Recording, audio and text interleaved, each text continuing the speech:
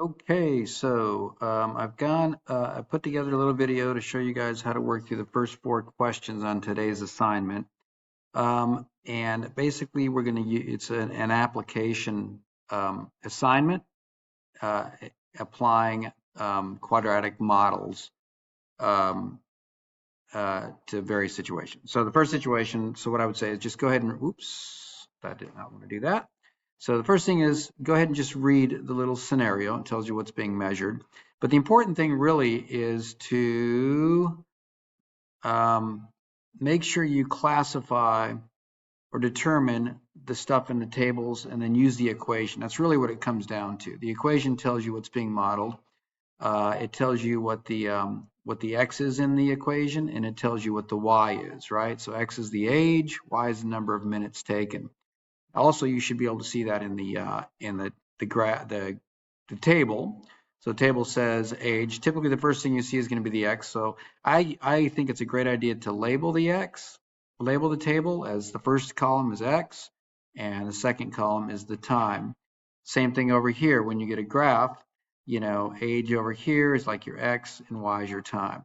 The next thing is, what are they asking about this situation? Well, what does the y-intercept of the function represent? Well, a y-intercept always represents what your y value is when x is kind of beginning or at 0, and that's why I put this here. Well, what does that mean? It means that when the age is 0, well, that would be the beginning, right, of life of somebody. There's going to be a certain time of about 34 or 35 minutes, okay? Well, what does the y-intercept of the function represent? They're not asking you what it is, right? If you look here, they're not asking you to say, well, it's about 34 or 35. They're saying what it represents. So this is a different type of question. Well, it represents, again, well, the way to keep it straight is it represents what the y is when x is 0. And then you apply that general thing to the specifics, and it would be what the time is when the age is 0. And you may want to repeat that to yourself, what the time is when the age is 0. And then you find the choice that matches up.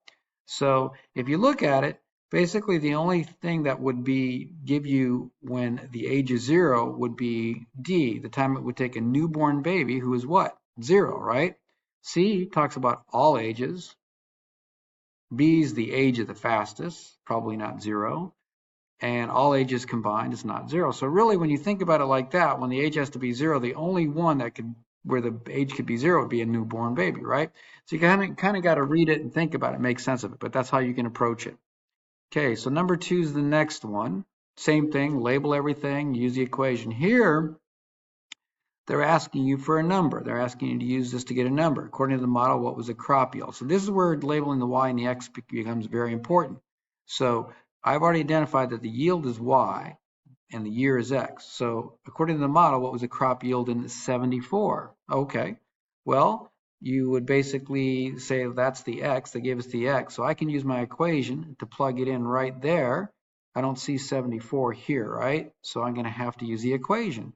So I take the 74, I put it in for the x in both places. Remember, quadratics typically will have not just an x in one place, like a linear, they'll have it in two places. Usually you'll always have a square term. So just make sure that you put that in parentheses, 0.332, parentheses, 1974, parentheses squared.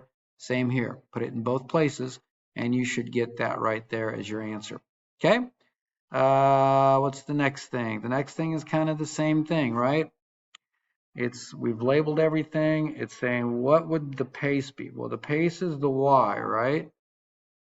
Based upon giving us the 87 years. So they're giving us the x, or the age, asking for the y. Again, simple. You just take the 87 and you put it where the x is, and then you calculate it. Okay? So 4 is the only one that's a little bit different. Now it's giving us the crop yield. Well, we know that the yield is the y and the x is the year. Now it's asking us for what year it is. So this is a little bit more difficult. We know that 59,000 goes there, but there's two things we could do. I mean, it would take algebra to solve this, or you got to remember, you've got 4 answer choices right here, right? And so what you can do is you can take the answer, since there's only 4 choices, you can try each choice as an x, because it's much easier to put x in the equation to figure out y than it is to start with y and have to use algebra to figure out x, right? You'd have to do algebra. You'd have to simplify it. This is quadratic. We could do it.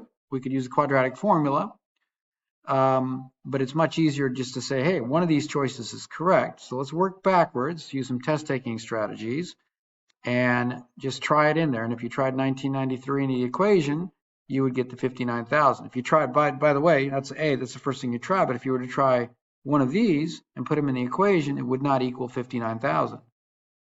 Okay. So let me go ahead and show you what I mean. I think hopefully it'll make sense what I said, but I'm going to show you in the calculator, number one, just to show it, but also to make sure that you are, these are crazy numbers, right? So half the battle is just carefully making sure you enter what's in there.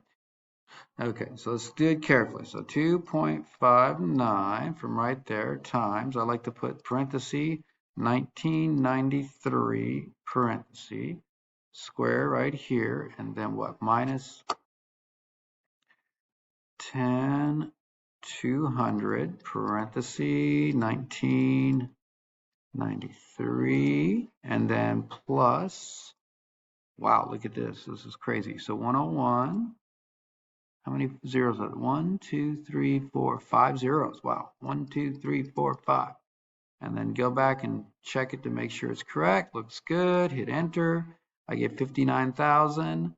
Hey, that's exactly what it's supposed to be, right? There's 59,000 right here. So it works. Now, if you were to try any of the other 4, any of these choices, it would have given you an incorrect result and you would just try the next one. It's great when it's A, right? Then it works out right away, but you could check out one of the other ones. It's off by a teeny weeny bit, right? This is not just 59,000, it's 59,006, but which is pretty much right at 59,000.